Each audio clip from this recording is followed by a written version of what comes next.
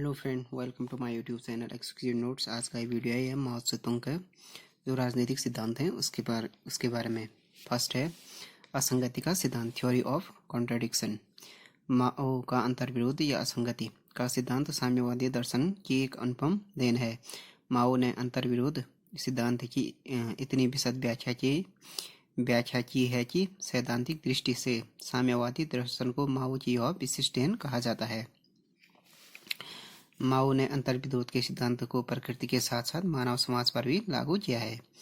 माओ के अनुसार प्रकृति और समाज सभी वस्तुओं में विपरीत तत्वों की एकता का नियम विद्यमान है। तो माओ ने कहा है कि के अनुसार क्या था कि प्रकृति और समाज की जो सभी वस्तुएं उसमें विपरीत तत्वों की एकता का नियम विद्यमान है। अतः यह चिंतन का क्या है, मूल नियम है। असंगतिपूर्ण वस्तुओं तथा उनके प्रत्येक पहलू के अपने अपने विशिष्ट रूप होते हैं। इसे असंगति की विशेषता एवं सापेक्षता कहा जाता है। कुछ परिस्थितियों में असंगतिपूर्ण वस्तुओं में सपूर्णता होती है, इसलिए वे एक ही इकाई में सह-अस्तित्व की स्थिति में रह सकते हैं, किंतु उनके भीतर का संघर्ष निरंतर जारी रहता है। यह तब भी चलता रहता है जब विपरीत तत्व सह-अस्तित्व की स्थिति में रहते हैं, और तब भी जबकि वे एक दूसरे में रूपांतरित हो रहे होते हैं। रूपांतरण की स्थिति में संघर्ष विशेष रूप से व्यक्त होता है। असंगति की सापेक्षता तथा विशिष्टता का अध्ययन करते समय हमें इस बात का ध्यान रखना चाहिए कि असंगतियों में तथा असंगतिपूर्ण पहलुओं में भी कौन सी चीज मूल है और कौन सी चीज गौण है। चीन के सामाजिक विकास को स्पष्ट करते हुए माओ ने ऑन कॉन्ट्राडिक्शन में असंगति के सिद्धांत का विस्तार से प्रतिपादन किया है। माओ के शब्दों में, चीन की पूंजीवादी जनक्रांति की प्रक्रिया में चीनी समाज के विभिन्न उत्पीड़ित वर्गों और साम्राज्यवाद के बीच असंगति है। साम्राज्यवाद और जनता के बड़े हिस्सों के बीच असंगति है।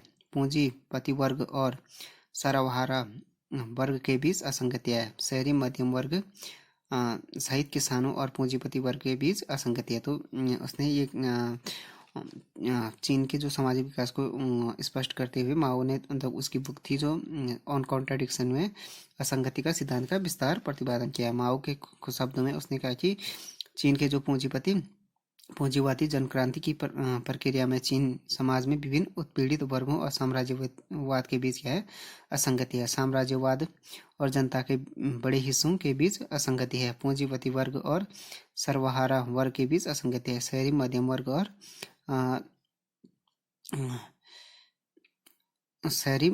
वर्ग और वर्ग सहित किसानों और पूंजीपति वर्ग के बीच क्या है, असंगति है। माओ के अनुसार असंगतियां भिन्न भिन्न प्रकार की होती हैं और प्रत्येक प्रकार की असंगति को हल करना साम्यवादी कार्य है। माओ के शब्दों में, गुणात्मक रूप से भिन्न असंगतियों को केवल गुणात्मक रूप से भिन्न साधनों के द्वारा ही हल किया जा सकता है। पूंजीपति वर्ग और सर्वहारा वर्ग के बीच की असंगति को साम्यवादी क्रांति के तरीके से हल किया जाता है। सामंती व्यवस्था और आम जनता के बीच की असंगति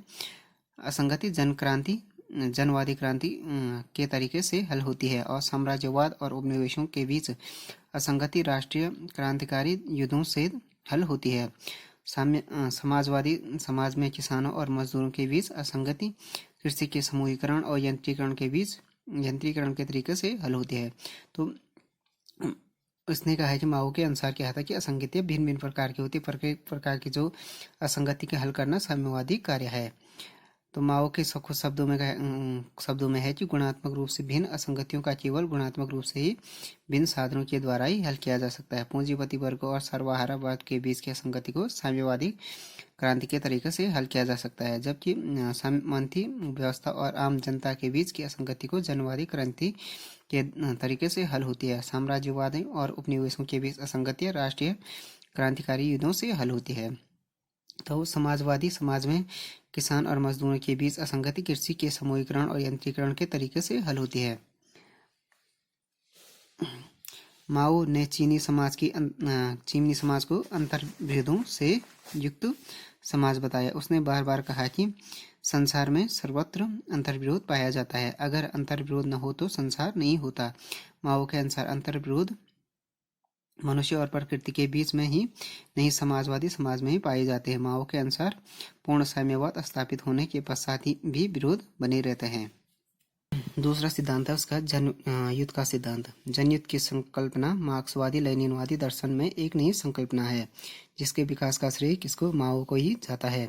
माओ ने संघर्ष में सेना और हथियारों से भी अधिक महत्व जनता को दिया है। माओ के शब्दों में युद्ध में हथियार को अपना महत्व है, युद्ध में हथियार का अपना महत्व है, पर यह निर्णायक तत्व नहीं है। निर्णय मनुष्यों के द्वारा ही किया जाता है, जड़ वस्तुओं के द्वारा नहीं। तो उसने ये कहा कि जो जनयुद्ध का सिद्धांत है ये मार्क्सवादी और लेनिनवादी दर्शन में इसकी एक नई संकल्पना है, जो ये मार्क्स की माओ की देन है। माओ ने संघर्ष में सेना और हथियारों से अधिक महत्व जनता को दिया है। तो माओ के शब्दों में है कि हथियारों का तो अपना महत्व है, पर ये निर्णायक तत्व नहीं है। निर्णय मनुष्यों के द्वारा ही किया जाता है, जड़ तत्वों के द्वारा नहीं। इसी कारण माओ ने अधिक से अधिक व्यापक आधार पर जनयुद्ध की कल्पना की।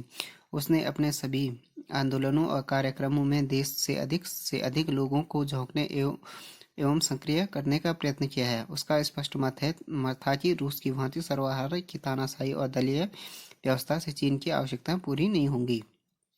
चीन जैसे विशाल समाज में राजनीतिक और प्रशासनिक आंदोलन एवं क्रिया की सफलता अधिक से अधिक जनता की सक्रिय हिस्सेदारी पर निर्भर है। चीनी क्रांति के समय उसने स्पष्ट कहा है कि जब युद्ध विदेशी और घरेलू दोनों प्रकार के शत्रुओं के विरुद्ध एक साथ लड़ा जा रहा है, तो इसके लिए यह आवश्यक है कि वह राजनीतिक दृष्टि से संगठित जनता के द्वारा एक राष्ट्रीय क्रांतिकारी युद्ध के रूप में लड़ा जाए, न कि उसकी ओर एक संगठित सेना के द्वारा। तो ये माओ का जो ये जनयुद्ध का सिद्धांत है, तो उसने माओ ने अधिक व्यापक आधार पर जनयुद्ध की कल्पना की। उसने अपने सभी आंदोलनों और कार्यक्रमों में देश के अधिक से अधिक लोगों को झोंकने और सक्रिय रहने का प्रयत्न किया। उसका ये था कि ज़्यादा से ज़्यादा लोग आंदोलनों और कार्यक्रमों में ज़्यादा से ज़्यादा लोगों को झोंकने और सक्रिय करने का प्रयत्न किया। उसका स्पष्ट मत था कि रूस की भांति सर्वहारा की तानाशाही दलीय व्यवस्था से चीन की जो आवश्यकताएं वो पूरी नहीं होती है। चीन क्या है, एक बहुत बड़ा देश है। चीन जैसे विशाल समाज में क्या है, राजनीतिक और प्रशासनिक आंदोलन एवं क्रिया की सफलता अधिक से अधिक जनता की सक्रिय हिस्सेदारी पर निर्भर है। चीनी क्रांति के समय उसने स्पष्ट किया कि जब युद्ध विदेशी और घरेलू दोनों प्रकार के शत्रुओं के विरुद्ध एक साथ लड़ा जा रहा हो, तो इसके लिए यह आवश्यक है कि वह राजनीतिक दृष्टि से संगठित जनता के द्वारा एक राष्ट्रीय क्रांतिकारी युद्ध के रूप में लड़ा जाए, न कि उसकी ओर एक संगठित सेना के द्वारा। तीसरा सिद्धांत है नवीन लोकतंत्र का, न्यू डेमोक्रेसी। माओ ने अपनी जो पुस्तक थी न्यू डेमोक्रेसी में नवीन लोकतंत्र की अवधारणा का प्रतिपादन किया। माओ ने कहा कि साम्यवाद की स्थापना एकदम संभव नहीं है। उसकी समुचित तैयारी के लिए क्या एक संक्रमणकालीन दशा का आना आवश्यक है।